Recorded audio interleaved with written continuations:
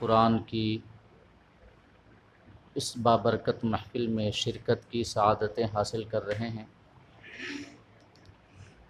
اللہ رب العزت کی بارگاہ میں دعا ہے کہ وہ ہم سب کی حاضری کو قبول فرمائے اور ہم سب کو قرآن کی سعادتوں اور برکتوں سے مالا مال فرمائے۔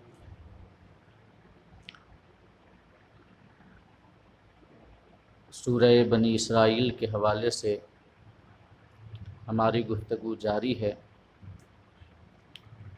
اور اس سورت کی وہ آیت کریمہ جو کہ 30ویں آیت کریمہ ہے، جس میں اللہ رب العزت نے اس دنیا میں تقسیم رزق کو اپنی حکمت اور مصلحت میں سے قرار دیا ہے۔ اسی آیت کریمہ کے تعلق سے میں نے عید اضحیٰ سے پہلے جو نشست ہوئی تھی اس میں کچھ باتیں آپ کے سامنے عرض کی تھیں۔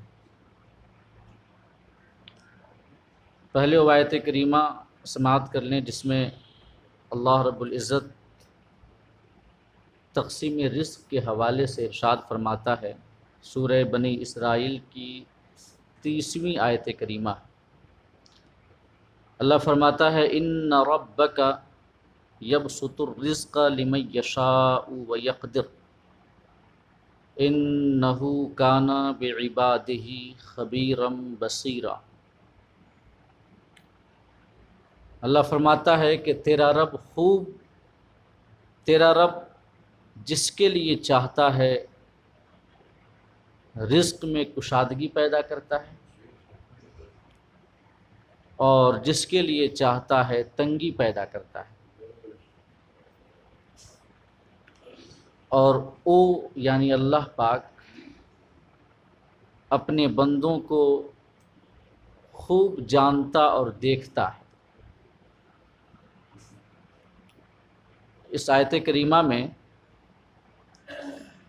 اللہ رب العزت نے یہ بیان کیا ہے کہ انسانی سماج میں کچھ لوگوں کے لیے رزق، اسباب رزق اور معیشت کی کسادگی، اور کچھ لوگوں کے لیے رزق کی تنگی، اسباب معیشت کا موجود نہ ہونا، یہ اللہ رب العزت کی تقدیر اور تقسیم سے ہے، اور اس میں بے شمار دینی اور دنیاوی حکمتیں ہیں، اور ان حکمتوں کے تعلق سے کچھ باتیں میں نے پچھلی نشست میں بھی آپ کے سامنے عرض کی تھیں۔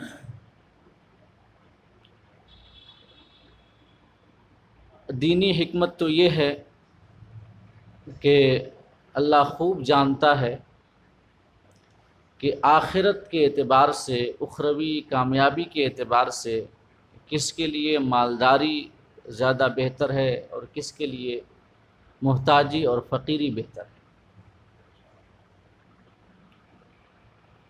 اور اللہ پاک کو یہ بخوبی علم ہے کہ کون مالداری کی وجہ سے بدکاریوں میں چلا جائے گا، بدکاریاں کرنے لگے گا، اور کون محتاجی اور فقیری کی وجہ سے دین سے دور ہو جائے گا۔ حدیث میں آیا ہے کہ کاد الفقر ان یکون کفرا، یعنی قریب ہے کہ محتاجی انسان کو کفر تک لے کر کے چلی جائے، کیونکہ مسلسل محتاجی، غربت، افلاس، نکبت اور احوال کا سخت ہونا انسان کے نفس کو اللہ رب العزت کے وجود کا ہی انکاری بنا دیتا ہے، سرکش بنا دیتا ہے، اللہ کی بارگاہ میں اللہ کے لیے شکایتیں کرنے لگتا ہے، وہ زبان سے ایسے الفاظ اور ایسے جملے نکالنے لگتا ہے جن کی وجہ سے اس کا رشتہ ایمان سے اور اسلام سے کٹ جاتا ہے۔ تو کبھی کبھی ایسا ہوتا ہے کہ محتاجی انسان کو کفر کے قریب لے جاتی ہے، اور اللہ پاک نے قرآن مجید میں ایک جگہ ارشاد فرمایا ہے جس کا مفہوم یہ ہے کہ اگر ہم سب کے لیے رزق میں کشادگی پیدا کر دیں تو وہ زمین کو فساد سے بھر دیں، زمین میں وہ قسم قسم کے بگاڑ پیدا کریں، قسم قسم کے فساد لائیں۔ تو لہٰذا یہ دینی مصلحتیں ہیں اور دینی حکمتیں ہیں جو اللہ رب العزت کی تقسیم رزق کے پیچھے ہیں، کہ اللہ کسی کو غنی بناتا ہے، کسی کو فقیر اور محتاج بناتا ہے۔ اس کے علاوہ دنیاوی حکمتیں بھی موجود ہیں۔ انسانی سماج کی بقا اس بات پہ منحصر ہے کہ سماج میں ہر قسم اور ہر طبقے کے افراد رہیں۔ انسانی سوسائٹی کو فقط عمرا کی حاجت نہیں ہے، غربا اور محتاجوں کی بھی حاجت ہے، ورنہ وہ کام کون کرے گا جو غریبوں کے کرنے کے ہیں۔ اگر ہر شخص امیر ہو جائے، ہر شخص کے پاس دولت کی ریل پیل ہو جائے، ہر شخص کے پاس رزق کی فراوانی ہو جائے، تو معاشرے کے کئی ایسے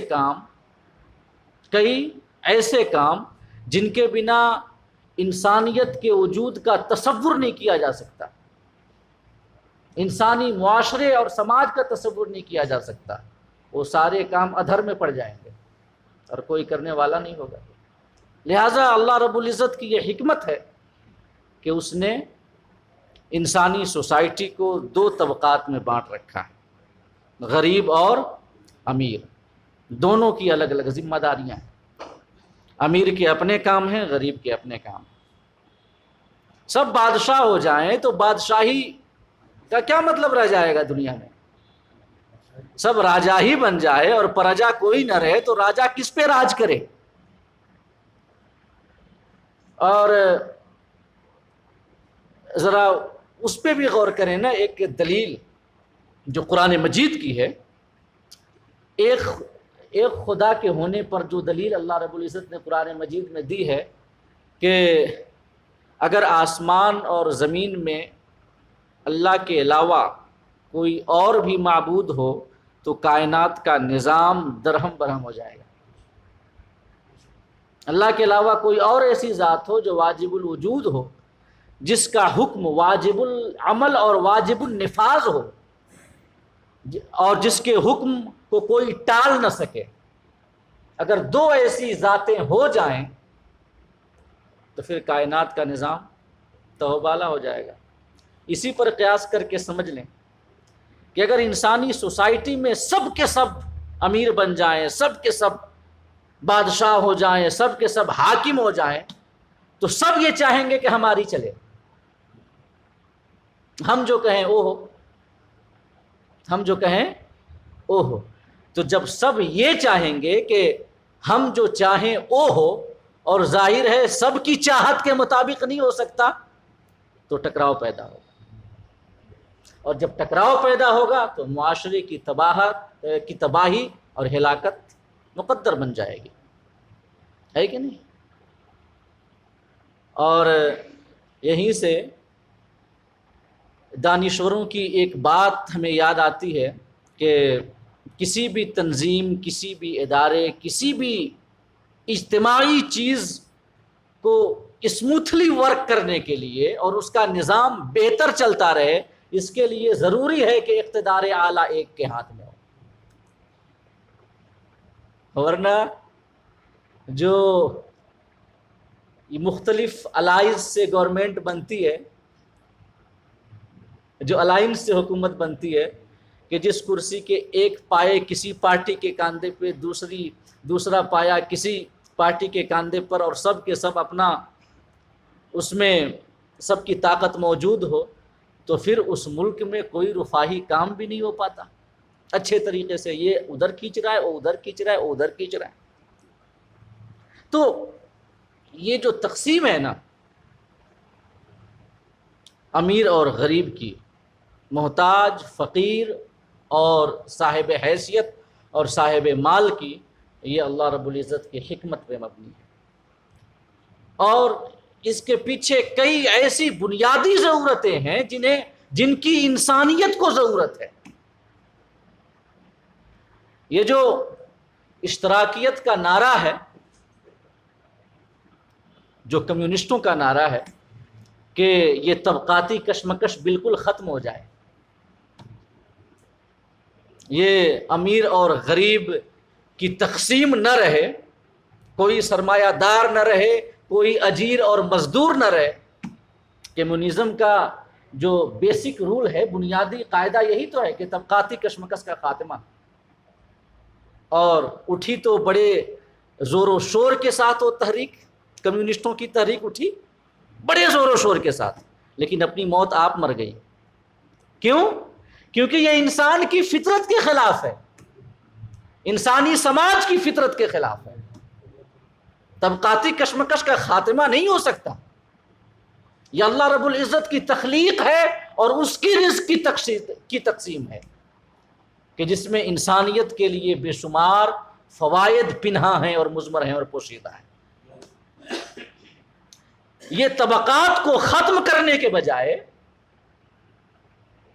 امیر اور غریب کی تفریق کو بالکل ختم کرنے کے بجائے کہ کوئی سرمایہ دار نہ رہے، کوئی مزدور نہ رہے، کوئی حاکم نہ رہے، کوئی محکوم نہ رہے، اس فرق کو مٹانے کے بجائے انسانیت کے لیے، انسانی سماج کے لیے بہتر یہ ہے کہ دولت کی بہتر تقسیم کی جائے، ہر شخص تک بنیادی ضرورتیں پہنچیں اور ہر شخص اپنی بنیادی ضرورتوں کی تکمیل کر سکے۔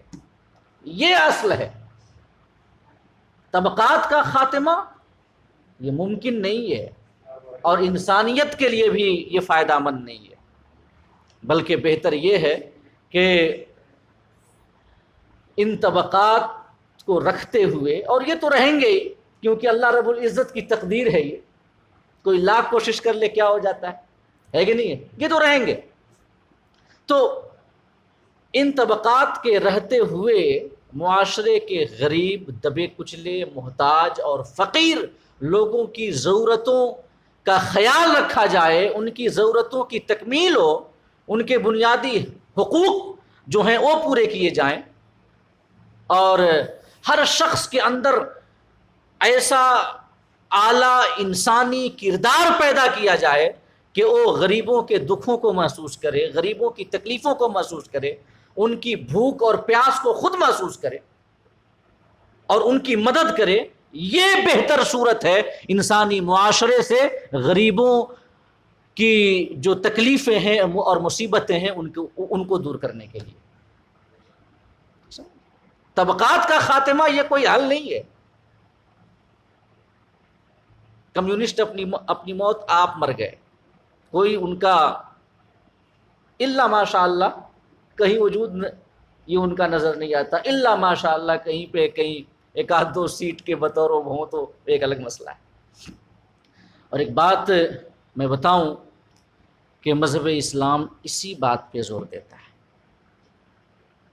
مذہب اسلام اپنے ماننے والوں کو یہی ترغیب دیتا ہے اور یہی تلقین کرتا ہے کہ یہ طبقات موجود رہیں، امراء اور غربا معاشرے کے لیے ضروری ہیں، دونوں جماعتیں موجود رہیں، لیکن اللہ رب العزت جو معاشرے کے امراء حضرات ہیں، اللہ پاک، اسلام، نبی کریم صلی اللہ علیہ وسلم کے فرامین اور اللہ رب العزت کے فرامین ان امراء کو پابند بناتا ہے کہ معاشرے کے محتاج اور غریبوں کا خیال رکھیں، اپنا مال، اپنی دولت ان کے اوپر خرچ کرنے میں دریغ نہ کریں، ان کی ضرورتوں کی تکمیل کرتے وقت ان کے ماتھے پہ پسینہ نہ آئے، وہ یہ نہ سوچیں کہ ہماری اپنی گاڑی کمائی ہے ہم کیوں خرچ کریں، وہ یہ نہ سوچیں کہ ہم نے ان کا ٹھیکہ لے کے تھوڑی رکھا ہے، ایسی سوچ نہیں۔ اللہ رب العزت نے عمرا کے اموال میں غربا کا ایک حق متعین کر رکھا ہے، وفی اموالہم حق للسائل والمحروم، اللہ فرماتا ہے کہ صاحب حیثیت اور امیروں کے مال میں جو محتاج سائل ہو، مانگنے والا ہو، اس کا بھی حق ہے، اور اس محتاج کا بھی حق ہے جو کہ اپنی خودداری کی وجہ سے زبان نہ کھولے، پارسائی کی وجہ سے زبان نہ کھولے، اس کا بھی حق ہے، اور جو سوال کرے اس کا بھی حق ہے۔ تو یہاں پہ اللہ رب العزت نے حق بیان کر کے، حق للسائل والمحروم، سائل اور اس محتاج کے لیے جو سوال نہ کرے اس کا حق ہے، یہ بیان کر کے اللہ رب العزت یہ عمرا کے ذہن و دماغ سے اس احساس کو ختم کرنا چاہتا ہے کہ ہمارا مال ہے، ہم نے کمایا ہے، کیوں خرچ کریں دوسروں کے اوپر، غریبوں کے اوپر۔ اللہ فرماتا ہے ان کا حق ہے، دے رہے ہو، احسان نہیں کر رہے ہو، ان کا حق دے رہے ہو۔ اور لیکن آپ جانتے ہیں نا کہ یہ جو اعلیٰ کردار ہے کہ غریبوں اور محتاجوں کے دکھ اور تکلیف کو دیکھ کر کے ان کی مدد کرنے کے لیے بے چین ہو جانا، اس کے لیے ضروری ہے کہ انسان خود دکھ، تکلیف، بھوک کی شدت اور غربت کی جو مصیبتیں ہوتی ہیں ان مصیبتوں کو برداشت کرے، یہ بھی ضروری ہے۔ آقا کریم صلی اللہ علیہ وسلم کو یتیمی کی شان کے ساتھ پیدا کیا گیا ہے نا۔ آقا دنیا میں تشریف لائے، ان کے والد کا انتقال ہو چکا تھا جب وہ اپنی ماں کے شکم اطہر میں تھے، آپ یتیمی کے ساتھ آئے۔ ملائکہ نے عرض کیا خدا کی بارگاہ میں، مولا تیرا حبیب یتیم ہو گیا۔ اللہ پاک نے فرمایا کہ اپنے حبیب کی تربیت اور اس کی کفالت یہ میرے ذمہ کرم ہے، اپنے حبیب کی ضروریات کا کفیل میں ہوں۔ 6 سال کے ہوئے والدہ محترمہ کا انتقال ہو گیا۔ والد اور والدہ کا وجود بچے کے ذہنی، بدنی اور کرداری ترقی کے لیے بہت ضروری ہے نا۔ آپ دیکھ لیں نا معاشرے میں جو یتیم بچے ہوتے ہیں ان کی کوئی نگہداشت نہیں کرتا، ان کی اچھی تربیت کرنے والا نہیں ہوتا، تو اکثر وہ بچے اپنے بچپنے کو کھیل کود اور فالتو کے کاموں میں وہ صرف کرتے ہیں، اور جب وہ جوانی کی دہلیز پہ قدم رکھتے ہیں تو ایسے شخص وہ نہیں ہوتے جن کی معاشرے کو ضرورت ہے، بلکہ وہ اکثر معاشرہ کے لیے درد سر بن جاتے ہیں۔ انسان کی شخصیت کی ہمہ جہت ترقی کے لیے، اوور آل ڈیولپمنٹ کے لیے، انسانی شخصیت اور انسان کی پرسنالٹی کے لیے ضروری ہے ماں باپ کا وجود۔ اللہ نے اپنے حبیب کو یتیم بنا کر پیدا کیا، کیوں؟ کیا حکمت ہے؟ اس حوالے سے علماء کرام نے جہاں اور حکمتیں بیان کی ہیں، وہاں پہ ایک حکمت یہ بھی بیان کی ہے کہ ہمارے آقا کو دکھیوں کا سہارا، بیواؤں کا آسرا، یتیموں پر شفقت کرنے والا، غریبوں اور محتاجوں کے حقوق کی لڑائی لڑنے والا بنا کر اللہ نے ہمارے آقا کو بھیجا تھا۔ اللہ پاک نے آپ کو یتیم پیدا کیا، آپ کی زندگی جو کہ یقیناً اختیاری تھی، اضطراری نہیں تھی، اختیاری تھی، غربت کے عالم میں گزری۔ کیوں؟ اس کے پیچھے ایک حکمت یہ بھی ہے کہ جب آپ محتاجوں، فقیروں، بیواؤں، بے سہاروں اور غربا اور یتاموں کے لیے جب آواز نکالیں تو وہ آواز دل سے نکلے اور دل کی اتھاہ گہرائیوں سے نکلے، کیونکہ اکثر وہ لوگ جو کہ اپنے منہ میں سونے کا چمچ لے کر پیدا ہوتے ہیں اور جب غریبوں کی آواز وہ نکالتے ہیں، غریبوں کے لیے لڑائی لڑتے ہیں، تو وہ آواز ان کے دل کی نہیں، ان کے گلے کی ہوتی ہے، دل کی گہرائیوں سے نہیں نکلتی۔ دل میں تو نہ جانے کتنے مناصب اور کتنے اعزازات ان کے دل میں اپنا سر اٹھاتے رہتے ہیں کہ غریبوں کی لڑائی لڑتے لڑتے ہم مسیحا بن جائیں گے، نیتا بن جائیں گے، لیڈر بن جائیں گے، کوئی مقام و منصب حاصل ہو جائے گا۔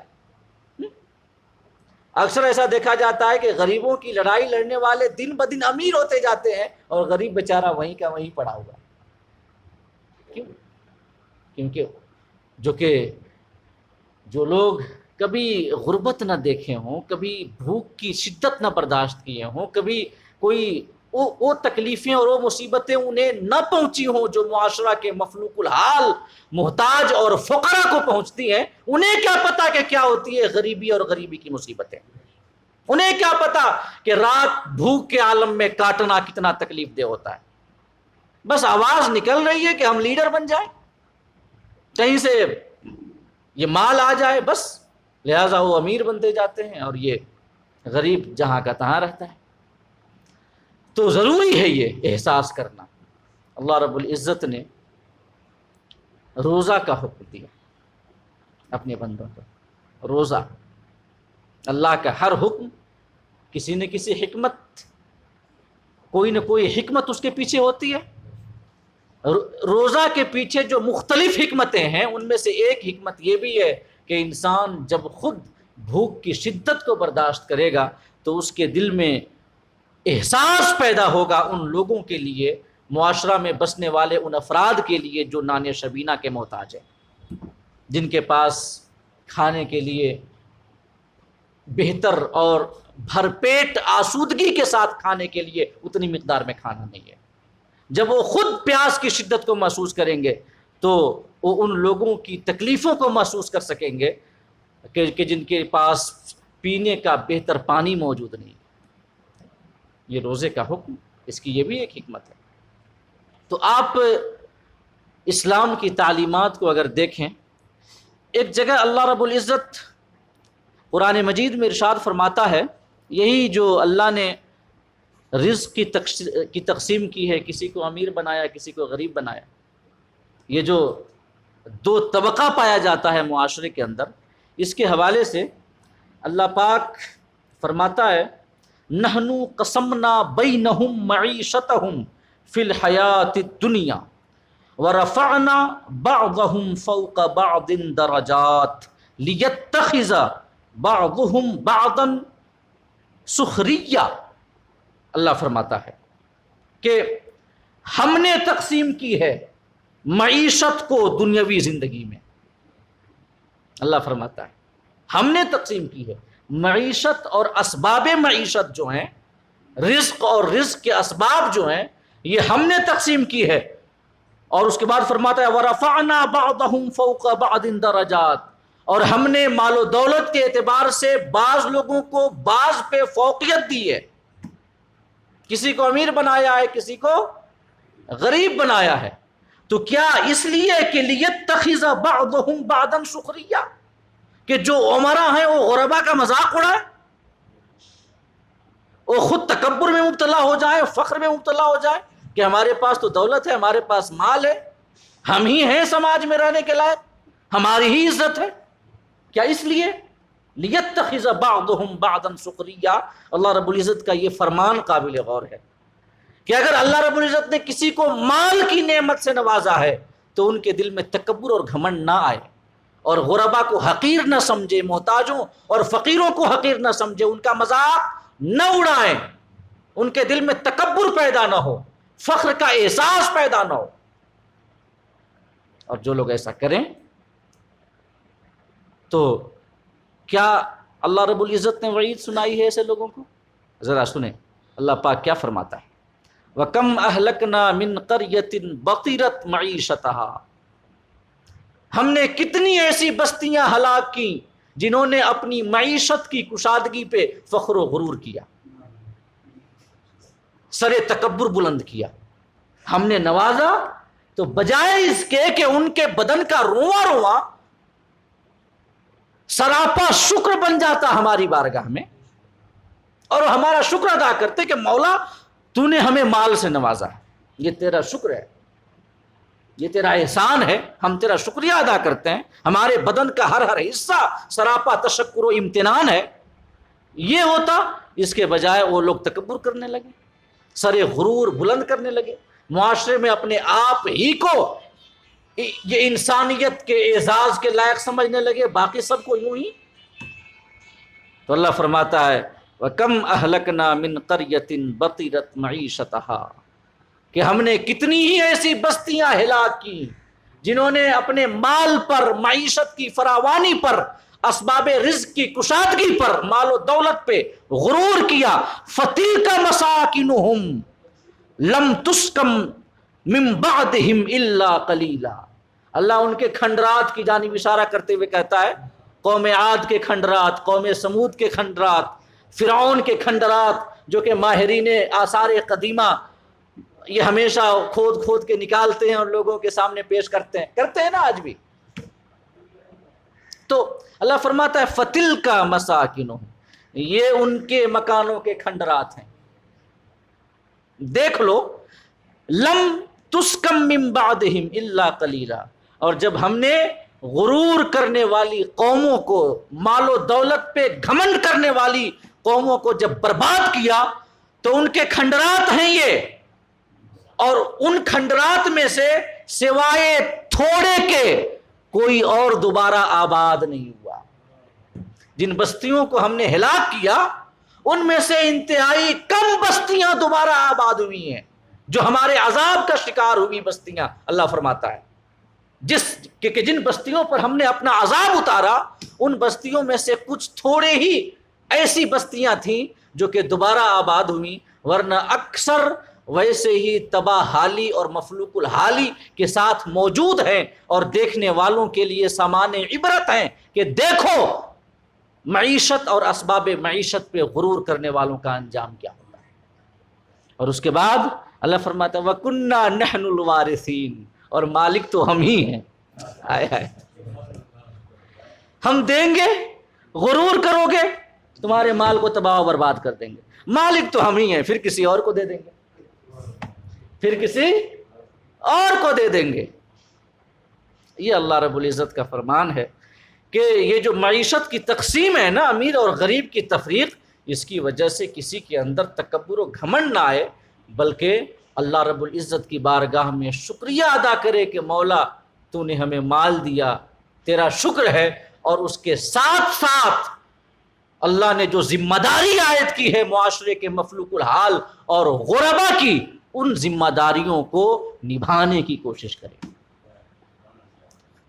اور ان کے اوپر خرچ کرے، بغیر دریغ کیے ہوئے، بغیر افسوس کیے ہوئے۔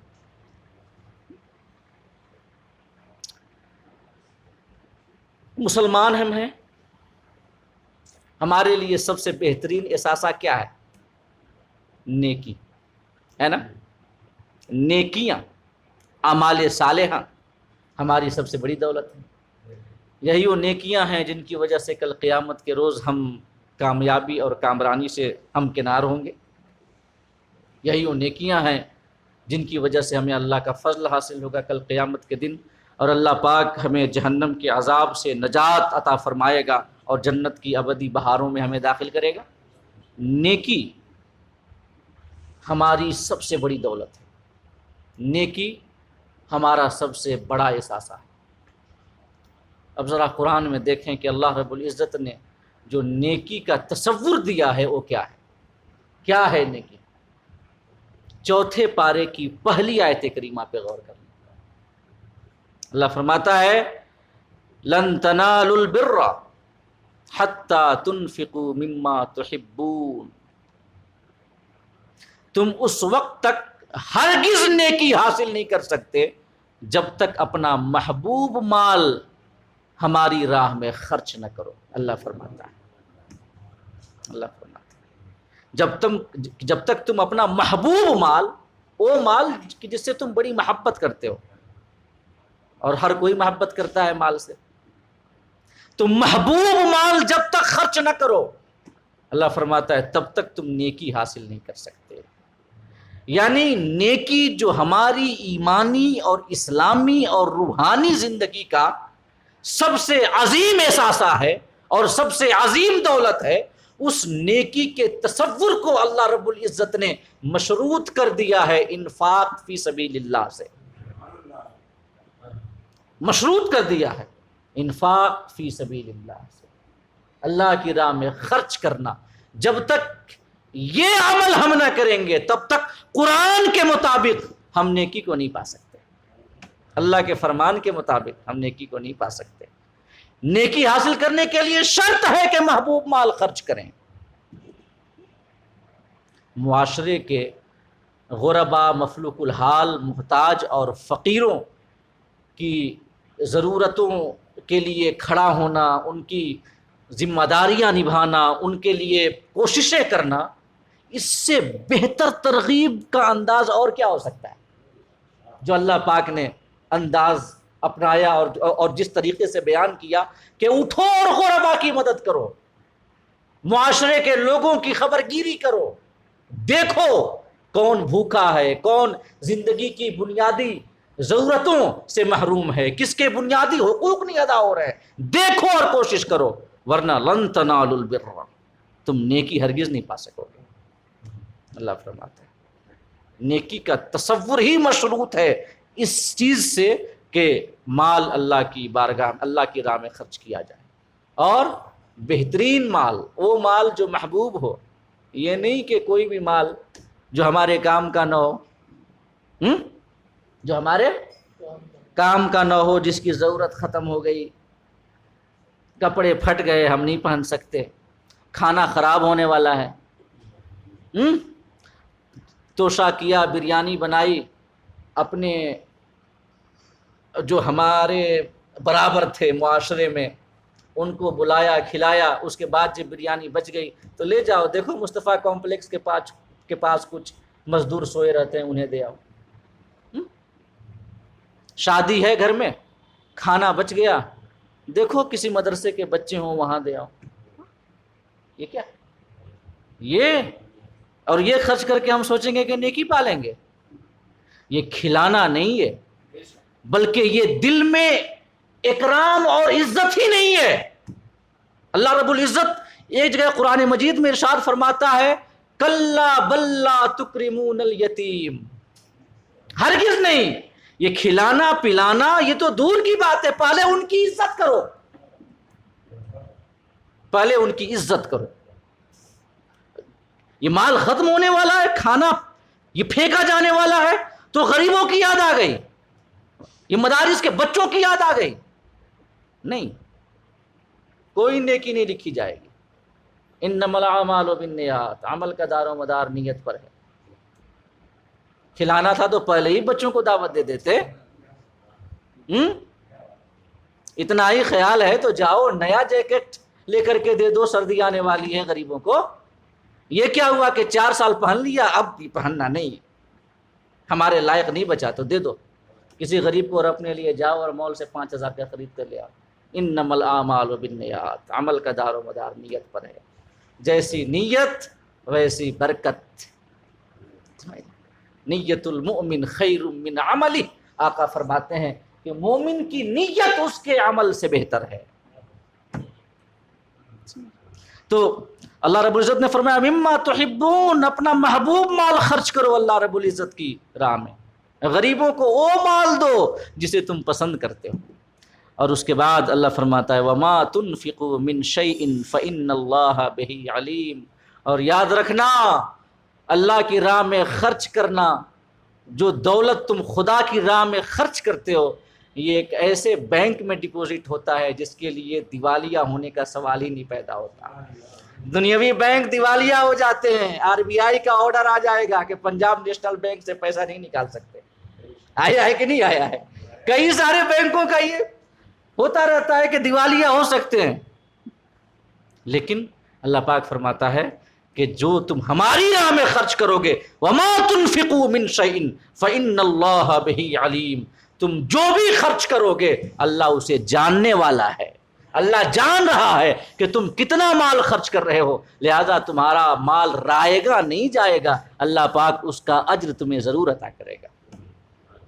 اور اس کا ایک معنی یہ بھی ہے کہ وَمَا أَنفَقْتُم مِّن شَيْءٍ فَإِنَّ اللَّهَ بِهِ عَلِيمٌ، تم جو کچھ خرچ کرو اللہ اسے جاننے والا ہے، یعنی اس مال کے بارے میں اللہ خوب جانتا ہے، یا تمہارے عمل کے بارے میں اللہ خوب جانتا ہے کہ کون سا مال تم دے رہے ہو، محبوب مال دے رہے ہو جو تمہارے لیے قابل انتفاع ہے وہ مال دے رہے ہو، یا تمہارے لیے جو مال ریجیکٹ ہو گیا وہ دے رہے ہو، اللہ خوب جانتا ہے، اسی کے مطابق ثواب و عذاب بھی مقدر بنے گا، ہے کہ نہیں ہے؟ اللہ خوب جانتا ہے۔ یہ نبی کریم صلی اللہ علیہ وسلم کے ان فرمودات میں سے جنہیں جوامع الکلم کہا گیا ہے۔ جوامع الکلم یعنی حکمت کے موتی، عام محاوراتی اردو زبان میں کہے تو حکمت کے موتی، مختصر سے چھوٹے چھوٹے جملے جن کے معانی بے شمار۔ آقا فرماتے ہیں کہ جو تم اپنے لیے پسند کرتے ہو وہی اپنے بھائی کے لیے بھی پسند کرو، جو تم اپنے لیے پسند کرتے ہو۔ اور یہ آقا نے تب ارشاد فرمایا تھا کہ ایک شخص آیا آقا کریم صلی اللہ علیہ وسلم کی بارگاہ میں، اور آقا کریم صلی اللہ علیہ وسلم سے عرض کرتا ہے یا رسول اللہ، میں زنا کے بغیر نہیں رہ سکتا، مجھے زنا کی اجازت دیجیے، معاذ اللہ رب العالمین۔ آ کر کے عرض کرتا ہے آقا کریم سے، صحابہ کرام چیخ پڑتے ہیں، اس کی جانب دوڑتے ہیں کہ اس بارگاہ میں اتنی قبیح بات کہنے کی تمہاری ہمت کیسی ہوئی، تمہیں شرم نہیں آتی؟ صحابہ کرام نے اسے زد و کوب کرنا چاہا، مگر آقا کریم صلی اللہ علیہ وسلم نے انہیں روک دیا۔ آقا کی نصیحت کا انداز بھی دیکھیں اس واقعے میں کہ آقا کس طریقے سے نصیحت کرتے تھے۔ تو آقا نے صحابہ کو روک دیا۔ اگر صحابہ اس پر برس پڑتے اور اس کو زد و کوب کرتے، مارتے پیٹتے، ہو سکتا ہے کہ وہاں سے وہ بندہ ڈر کر بھاگ جاتا یا چلا جاتا، لیکن اس کے دل میں زنا کی نفرت پیدا نہیں ہوتی، وہ اپنے غلط فعل سے توبہ نہیں کرتا۔ لیکن ہمارے آقا معلم کائنات کہ جن کی ہر ادا نرالی، جن کی ہر شان بلند، آقا کریم صلی اللہ علیہ وسلم نے اس نوجوان کو پیار سے بلایا، آؤ بیٹھو۔ اس سے آپ اندازہ لگائیے کہ ماحول کتنا، جو آقا کریم صلی اللہ علیہ وسلم کی محفلوں کا ہوتا تھا وہ ماحول کتنا کشادہ ہوتا تھا۔ مطلب شاید میں اپنی بات واضح نہیں کر پا رہا ہوں کہ ہر شخص کو اس بات کا احساس ہوتا تھا کہ یہ وہ بارگاہ ہے جہاں پہ جو ضرورت چاہو پیش کر لو، تم کبھی ناکام نہیں جاؤ گے۔ وہ جھجکتے نہیں تھے، جھجکتے نہیں تھے، ہے کہ نہیں؟ وہ کہتا ہے یا رسول اللہ زنا کی اجازت دیجیے، معاذ اللہ رب العالمین، ہے تو انتہائی یہ بری بات۔ صحابہ نے زد و کوب کرنا بھی چاہا، لیکن آقا کریم نے روک دیا، نہیں۔ آقا نے بلایا، آؤ بیٹھو۔ وہ شخص آیا، بیٹھا، تو آقا نے پوچھا اس سے کہ کیا تم یہ چاہتے ہو کہ یہی عمل، یہی کام کوئی تمہاری بہن کے ساتھ کرے؟ تو اس شخص نے جواب دیا، نہیں یا رسول اللہ، میں تو ہرگز نہیں چاہتا۔ تو آقا کریم نے فرمایا، ایسے لوگ بھی نہیں چاہتے کہ ان کی بہنوں کے ساتھ یہ کام کیا جائے۔ کیا تم یہ چاہتے ہو کہ تمہاری ماں کے ساتھ یہ کام کیا جائے؟ اس شخص نے جواب دیا ہاتھ جوڑ کے، نہیں یا رسول اللہ، ہرگز نہیں، میں نہیں چاہتا۔ آقا نے فرمایا، دوسرے لوگ بھی نہیں چاہتے کہ ان کی ماؤں کے ساتھ یہ کام کیا جائے۔ کیا تم اپنے گھر، اپنے خاندان کی کسی عورت کے ساتھ یہ کام کیا جائے اسے پسند کرتے ہو؟ کہا نہیں یا رسول اللہ، میں نہیں پسند کرتا۔ آقا نے فرمایا، ایسے ہی دوسرے لوگ بھی نہیں پسند کرتے کہ ان کے گھر کی عورتوں کے ساتھ یہ کام کیا جائے۔ آقا کریم صلی اللہ علیہ وسلم نے برائی کی جو یہ جو عمل تھا، یہ گندا کام، اس کی برائی اس کے سامنے واضح کی، اس کی نفرت اس کے دل میں پیدا کی، اور جب اس کے دل میں اس کام کی نفرت پیدا ہو گئی اور اسے سمجھ میں آیا کہ ہاں یہ کتنا گھناؤنا کام ہے، تب آقا کریم صلی اللہ علیہ وسلم نے وہ جملہ ارشاد فرمایا جس نے اس کے دل سے ہمیشہ کے لیے زنا کی محبت نکال دی اور نفرت پیدا کر دی، اور وہ شخص پارسا بن گیا۔ آقا نے فرمایا کہ تم دوسروں کے لیے بھی وہی پسند کرو جو اپنے لیے پسند کرتے ہو۔ جو تم اپنے لیے پسند کرتے ہو دوسروں کے لیے بھی پسند کرو۔ تو یہ آقا کے جوامع الکلم میں سے ایسا نہ ہو جو کہ زندگی کے ہر موڑ پہ ہمیں جس کی ضرورت ہے، ہر موڑ پہ معاشرے کو صالح بنانا ہو، رشتوں کو بہتر بنانا ہو، اپنے اخلاق و کردار کو بلند کرنا ہو، ہر موڑ پہ یہ ایک ایسا ارشاد ہے۔ آقا فرماتے ہیں جو اپنے لیے پسند کرو دوسروں کے لیے وہی پسند کرو۔ اگر یہ اس بات پہ ہر کوئی عمل کر لینا تو دیکھیں معاشرہ کتنا خوشنما بن جائے گا۔ کوئی کسی سے حسد نہیں رکھے گا، کوئی کسی سے دشمنی نہیں کرے گا، کوئی کسی سے جھگڑا نہیں کرے گا، کوئی کسی کو گالی نہیں دے گا، کوئی کسی کا مذاق نہیں اڑائے گا، کوئی کسی کی عزت کے ساتھ نہیں کھیلے گا، کیونکہ کوئی نہیں چاہتا کہ یہ سارے کام اس کے ساتھ ہوں، ہے کہ نہیں؟ جوامع الکلم۔ تو اللہ فرماتا ہے وما انفقتم من شیء فإن اللہ بہ علیم، جو بھی تم خرچ کرو گے اللہ اسے جانتا ہے کہ وہ کیا ہے، وہ تمہارا محبوب مال ہے، مبغوض مال ہے، تمہیں اس کی ضرورت ہے نہیں ہے، کام کی ہے وہ چیز یا نہیں، اللہ جانتا ہے، اسی کے اعتبار سے ثواب و عذاب تمہارا مقدر ہوگا۔ تو اس آیت کریمہ میں اللہ رب العزت نے نیکی کا بنیادی تصور ہی یہ دیا ہے کہ اللہ کی راہ میں محبوب مال خرچ کیا جائے، اور اس کے علاوہ قرآن مجید کی بے شمار آیات میں انفاق فی سبیل اللہ کی فضیلتیں آئی ہیں۔ ایک آیت میں اللہ پاک ارشاد فرماتا ہے من ذا الذی یقرض اللہ قرضا حسنا فیضاعفہ لہ اضعافا کثیرہ واللہ یقبض ویبسط والیہ ترجعون۔ اللہ فرماتا ہے کون ہے جو اللہ کو قرض حسن دے گا؟ قرض حسن مال اللہ کا ہے، لیکن جو ہم خرچ کریں اس کی راہ میں اللہ اس کی تعبیر قرض حسن سے فرماتا ہے۔ قرض حسن یعنی کہ جیسے قرض کی ادائیگی ضروری ہوتی ہے، ویسے ہی اللہ فرمانا چاہتا ہے کہ جو مال تم ہماری راہ میں خرچ کرو گے اس کا ریٹرن تمہیں ضرور ملے گا، ایسا نہیں ہے کہ وہ بیکار چلا جائے گا۔ اس کے بعد فرماتا ہے اور جو اللہ بدلہ دے گا کیسے؟ فَيُضَاعِفَهُ لَهُ أَضْعَافًا كَثِيرًا، اللہ کئی گنا بڑھا کر دے گا، کئی گنا بڑھا کر دے گا۔ اور اس کے بعد اللہ فرماتا ہے کہ اللہ کی راہ میں خرچ کرنے سے تنگی اور غربت سے نہ ڈرنا، کیونکہ وَاللَّهُ يَقْبِضُ وَيَبْسُطُ وَإِلَيْهِ تُرْجَعُونَ، کیونکہ تنگی پیدا کرنے والا اور کشادگی دینے والا اللہ ہے۔ خرچ کرو یا نہ کرو اللہ کی راہ میں، اگر اللہ پاک چاہے گا کہ تنگی پیدا کرنا ہے اس بندے کے ساتھ، تنگی پیدا ہو جائے گی۔ اللہ کشادگی دینا چاہے گا، کشادگی مل جائے گی۔ لہذا خرچ کرنے پر تنگی یا کشادگی، امیری یا غریبی موقوف نہیں ہے، اللہ کی مشیت پہ موقوف ہے کہ نہیں؟ وما تشاءون الا ان یشاء اللہ، تمہارے چاہنے سے کچھ نہیں ہوتا وہی ہے جو اللہ چاہتا ہے۔ واللہ یقبض ویبسط والیہ ترجعون، اللہ فرماتا ہے کہ سب کو پلٹ کر اللہ کی بارگاہ میں جانا ہے۔ اور اس کے علاوہ کئی ساری آیتیں ہیں۔ ایک آیت کریمہ میں اللہ رب العزت ارشاد فرماتا ہے الذین ينفقون اموالهم باللیل والنہار سرا وعلانیہ فلہم اجرہم عند ربہم ولا خوف علیہم ولا ہم یحزنون، جو لوگ اپنا مال رات میں خرچ کرتے ہیں، دن میں خرچ کرتے ہیں، چھپا کے خرچ کرتے ہیں، علانیہ خرچ کرتے ہیں۔ یہ آیت کریمہ در حقیقت حضرت ابوبکر صدیق رضی اللہ تعالی عنہ کے حق میں نازل ہوئی۔ حضرت ابوبکر صدیق رضی اللہ تعالی عنہ نے ایک بار کچھ مال خرچ کیے اللہ کی راہ میں، رات میں بھی دن میں بھی، چھپا کر بھی اور علانیہ طور سے بھی۔ رات دن چھپا کر علانیہ جب خرچ کیے حضرت ابوبکر صدیق نے، تو اللہ پاک نے یہ آیت کریمہ اتاری ان کی تعریف میں، اور جو کہ یقیناً آپ جانتے ہیں کہ اعتبار خاص پس منظر کا نہیں ہوتا ہے، لفظ کی عمومیت کا ہوتا ہے۔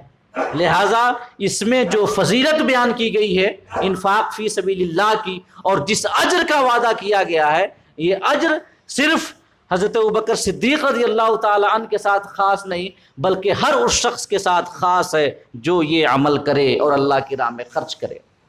اللہ فرماتا ہے جو مال خرچ کرتے ہیں رات میں دن میں، چھپا کر علانیہ، تو اللہ پاک ارشاد فرماتا ہے کہ فلہم اجرہم عند ربہم، تو ان کے لیے ان کے رب کے پاس ان کا اجر ہے، اللہ پاک اجر دے گا، اور ولا خوف علیہم ولا ہم یحزنون، اور نہ تو ان کے لیے کوئی ڈر ہے اور نہ ہی ان کے لیے کوئی غم ہے۔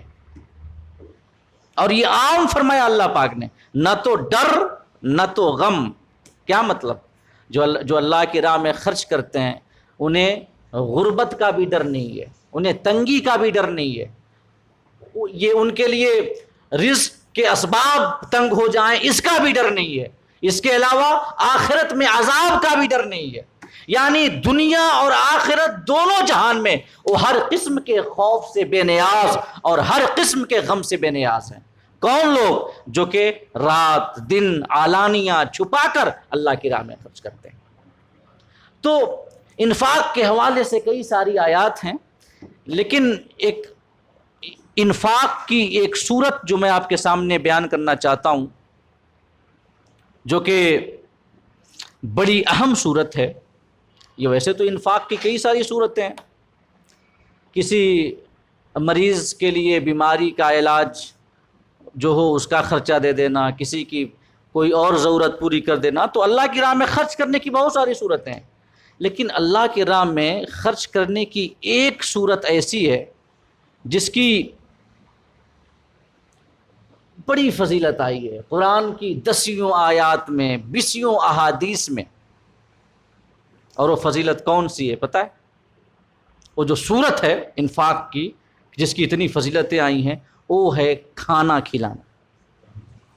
کھانا کھلانا قرآن مجید میں آپ دیکھیں کئی جگہ پہ ایسی آیات مل جائیں گی جن میں کھانا کھلانے کی فضیلت بیان کی گئی، احادیث، کئی احادیث مل جائیں گی۔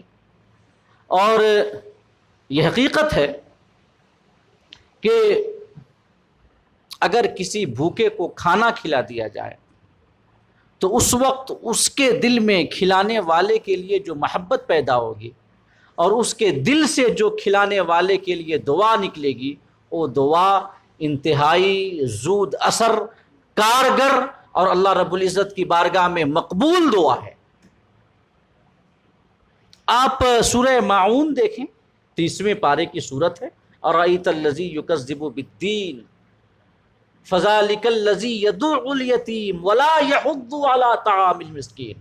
اللہ پاک فرماتا ہے کہ جو مسکین کو کھانا کھلانے پر دوسروں کو نہ ابھارے، دوسروں کو ابھارنا، یہاں پہ 2 چیزیں ہیں، پہلی چیز خود کھانا کھلانا، دوسری چیز دوسروں کو ابھارنا کھانا کھلانے پر۔ خود کھلانا یہ پہلے ہے، دوسروں کو ابھارنا بعد میں، ہے کہ نہیں؟ فرسٹ اسٹیج تو یہ ہے نا کہ خود عمل کرے، بعد میں دوسروں کو بتائے، یہ سیکنڈ اسٹیج ہے۔ تو اللہ پاک نے فرمایا کہ جو شخص دوسروں کو، مسکینوں کو کھانا کھلانے پر نہ ابھارے تو یہ عمل دین کے جھٹلانے والے کا عمل ہے۔ اور اَرَأَيْتَ الَّذِي يُكَذِّبُ بِالدِّينِ، اللہ فرماتا ہے محبوب بھلا دیکھو تو اسے جو دین کو جھٹلاتا ہے۔ کون ہے دین کو جھٹلانے والا؟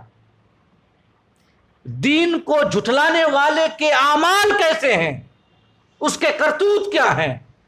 تو اللہ پاک فرماتا ہے فَذَلِكَ الَّذِي يَدُعُّ الْيَتِيمَ، دین کے جھٹلانے والوں کا پہلا عمل تو یہ ہے کہ وہ یتیموں کو جھڑکتا ہے، جو یتیم ہیں انہیں جھڑکتا ہے، ان کے سر پہ شفقت کا ہاتھ نہیں رکھتا، محبت کا ہاتھ نہیں رکھتا، بلکہ انہیں جھڑکتا ہے۔ یہ صورت ابو جہل کے حق میں نازل ہوئی تھی۔ ایک یتیم تھا اس کی کفالت میں، اور جس کا مال بھی ابو جہل کے پاس تھا، لیکن وہ اسے نہیں دیتا تھا۔ ایک بار وہ گیا اور وہ یتیم جا کر کے اپنا مال کچھ طلب کیا، تو ابو جہل کے ہاتھ میں چھڑی تھی، اس نے کہا کہ ٹھیک ہے لو ہاتھ آگے کرو۔ جب اس یتیم نے ہاتھ آگے کیا تب ابو جہل نے چھڑی سے اس کے ہاتھ میں مارا، تو اسی وقت یہ صورت نازل ہوئی تھی اَرَأَيْتَ الَّذِي يُكَذِّبُ بِالدِّينِ، محبوب بھلا دیکھو تو اسے جو دین کو جھٹلاتا ہے، کیا اعمال ہیں اس کے مولا؟ اللہ فرماتا ہے فَذَلِكَ الَّذِي يَدُعُّ الْيَتِيمَ، اس کے اعمال یہ ہیں کہ وہ یتیم کو جھڑکتا ہے، ولا یحض علی طعام المسکین، اور مسکین کو کھانا کھلانے پر دوسروں کو نہیں ابھارتا، دوسروں کو نہیں ابھارتا۔ یعنی کہ دین کے جھٹلانے والے کا یہ عمل ہے کہ وہ دوسروں کو نہیں ابھارتا۔ اس عمل کی جو برائی ہے دیکھیں کہ جو دوسروں کو نہیں ابھارتا اس فعل حسن پہ، غریبوں کو کھانا کھلانے پہ، تو اللہ اس عمل کو دین کو جھٹلانے والے کا عمل کہتا ہے۔ تو جو کوئی خود نہ کھلائے، جو پہلی منزل ہے اسی منزل پہ فیل ہو جائے، عمل ہی نہ کرے اس پر، ابھارنا تو یہ دوسری منزل ہے نا، پہلی ہی منزل پہ فیل ہو جائے تو خود نہ کھلانا یہ بدرجہ اولا دین کے جھٹلانے والوں کا عمل ہوگا۔ ولا یحض علی طعام المسکین۔ اور سورہ بلد میں اللہ پاک فرماتا ہے فَلَقْتَحَمَ الْعَقَبَةَ، وہ شخص ایمان کی گھاٹی میں داخل نہیں ہوا، ابھی دور ہے، ابھی مسافت طے کرنی ہے۔ فَلَقْتَحَمَ الْعَقَبَةَ، وہ شخص ایمان کی گھاٹی میں داخل نہیں ہوا۔ اللہ فرماتا ہے وَمَا أَدْرَاكَ مَا الْعَقَبَةُ، اے سننے والے تمہیں پتہ ہے ایمان کی گھاٹی کیا ہے؟ کیا ہے ایمان کی گھاٹی؟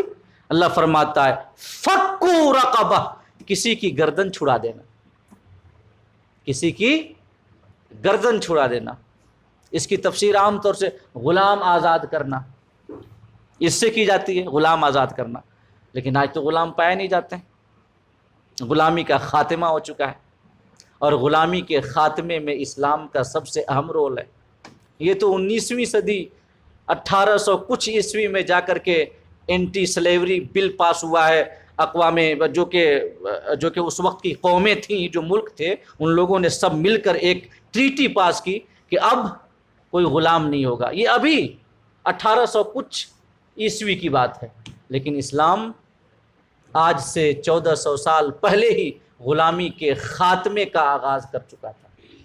کفارے کے لیے مختلف قسم کا، جو کہ اگر کوئی شخص گناہ کر دے تو کفارہ تھا غلام آزاد کرو، ہے کہ نہیں؟ حضرت عمر رضی اللہ تعالیٰ عنہ کا یہ قول بڑا مشہور ہے۔ حضرت عمر فرمایا کرتے تھے کہ سنو، ماؤں نے اپنے بیٹوں کو آزاد پیدا کیا ہے، انہیں غلام بنانے کا اختیار تمہیں کس نے دیا؟ یہ حضرت عمر کا فرمان ہے۔ تو سلیوری کو ختم کرنے میں اسلام کا بہت بڑا ہاتھ ہے، بہت بڑا ہاتھ ہے۔ حالانکہ اسلام کے اندر یہ تصور ابھی موجود ہے، ایسا نہیں ہے کہ غلامی بالکل ختم، ایسا نہیں ہے۔ آج بھی اگر اسلام اور کفر کی جنگ ہو اور اسلام جیت جائے، کفر ہار جائے، تو جو کفار قید ہوں، جو نان مسلمز قید ہوں جنگ کے بعد، تو وہ غلام بنائے جائیں گے۔ آج بھی یہ حکم ہے یہ، لیکن ابھی عام طور سے نہیں پائے جاتے۔ تو آج کے زمانے میں غلام آزاد کرنے کی کیا ہے صورت؟ اس کا ثواب پانے کی صورت، کوئی قید ہو جائے ناحق مقدمے میں، اس کو چھڑانے کے لیے کوششیں کرنا، اس کو آزاد کرا دینا۔ اگر ہم اس کے لیے کوشش کریں تو غلام آزاد کرنے کا ثواب ہمیں اللہ پاک دے گا۔ کوئی مقروض ہو، قرض ادا نہ کر پا رہا ہو تنگ دستی کی وجہ سے، اس کا قرض ادا کر دینا، اگر یہ کیا جائے تو اس میں غلام آزاد کرنے کا ثواب ہے۔ تو ایمان کی گھاٹی کیا ہے؟ اللہ پاک فرماتا ہے وما ادراک ما العقبہ، سننے والے تمہیں کیا پتا کہ ایمان کی گھاٹی کیا ہے؟ فک رقبہ، غلام آزاد کرنا۔ اس کے بعد فرماتا ہے او اطعام فی یوم ذی مسغبہ، قحط پڑا ہو، سوکھا ہو، خلق خدا پریشان ہو، دانے دانے کو محتاج ہو، ویسے دنوں میں، سوکھا اور اکال کے دنوں میں کھانا کھلانا، یہ ہے ایمان کی گھاٹی، یہ ہے ایمان کی گھاٹی۔ کنہیں کھانا کھلانا؟ اللہ فرماتا ہے یتیمن ذا مقربہ، کسی قریبی یتیم کو، خاندان میں کوئی قریبی ہے، رشتہ دار میں کوئی قریبی رشتہ دار میں سے یتیم ہے، اس کو کھانا کھلانا۔ او مسکینن ذا متربہ، یا کسی ایسے مسکین کو کھانا کھلانا جو کہ غربت کی وجہ سے مٹی یا خاک آلود ہو چکا ہو، مطلب کہ غربت کی وجہ سے معاشرے میں انتہائی ذلیل ہو چکا ہو، ایسے شخص کو کھانا کھلانا، اللہ فرماتا ہے یہ ایمان کی گھاٹی۔ اب اگر کسی کو قید دیکھ کر کے ہمارا مومن بھائی قید ہو کہیں کسی ناحق مقدمے میں، اگر جرم کیا ہے تو یقیناً سزا کا حقدار ہے وہ، اور اسلام اس کی حوصلہ افزائی نہیں کرتا کہ مجرموں کو چھوڑ دیا جائے۔ اسلام یہ نہیں کہتا کہ مجرموں کو چھوڑے رہو اور دوسری جانب بے قصوروں اور غیر مجرموں کو پکڑ پکڑ کے لے جاتے رہو۔ اسلام تفریق نہیں کرتا، قانون کے سامنے سب کو برابر سمجھتا ہے۔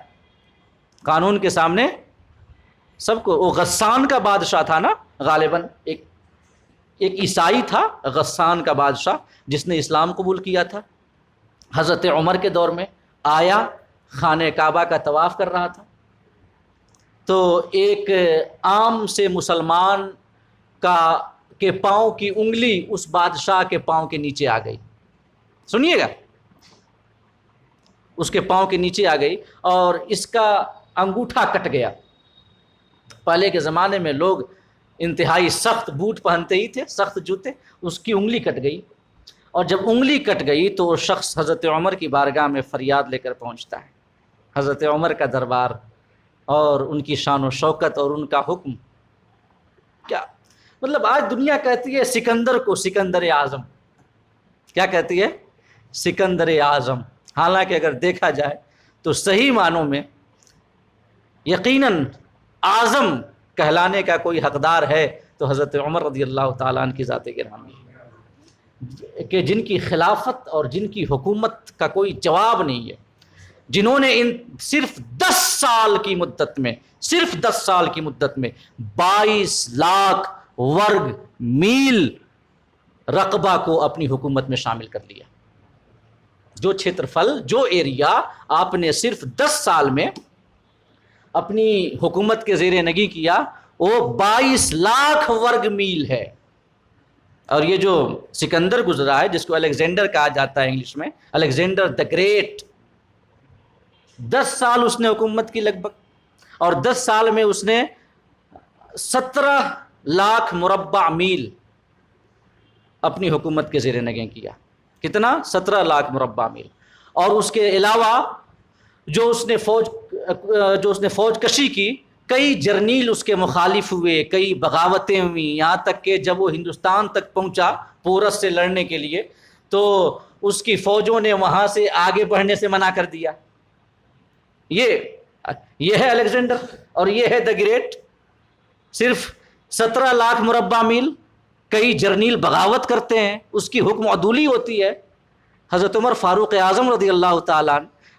اور دوسری جانب یہ دیکھیں، تھوڑا سا کمپیریزن کر لینا دونوں کے درمیان۔ الیگزینڈر جو تھا بادشاہ کی اولاد تھا، اور یہ دنیا کے بہترین اتالیق اسے میسر ہوئے، گھڑ سواری سکھانے کے لیے، تیر اندازی سکھانے کے لیے، جنگ کے داؤ پیچ سکھانے کے لیے بہترین استاذ حضرت عمر فاروق اعظم۔ 7 پشتوں تک کوئی بادشاہ نہیں تھا ان کے خاندان میں، حضرت عمر فاروق اعظم کو کوئی استاذ نہیں ملا جو ان کو تیر اندازی سکھائے، جو گھڑ سواری سکھائے، جو ان کو جنگ کے اسرار و رموز سکھائے۔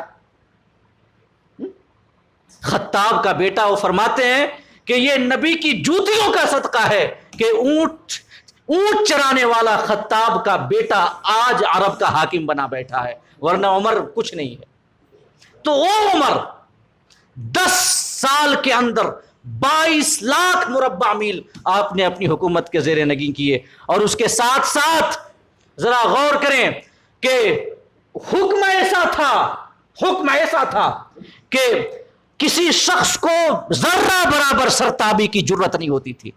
حضرت خالد بن ولید جیسا جرنیل، انسانی تاریخ کا سب سے عظیم جرنیل اور سب سے عظیم سپہ سالار خالد بن ولید رضی اللہ تعالیٰ عنہ، جنہوں نے کبھی کوئی جنگ نہیں ہاری، حضرت عمر عین میدان جنگ میں انہیں معزول کر دیتے ہیں، وہ اف تک نہیں کرتے، اور کسی کی ہمت نہیں ہوتی کہ عمر سے پوچھ کر سوال کر لے کہ آپ نے ان کو معزول کیوں کیا۔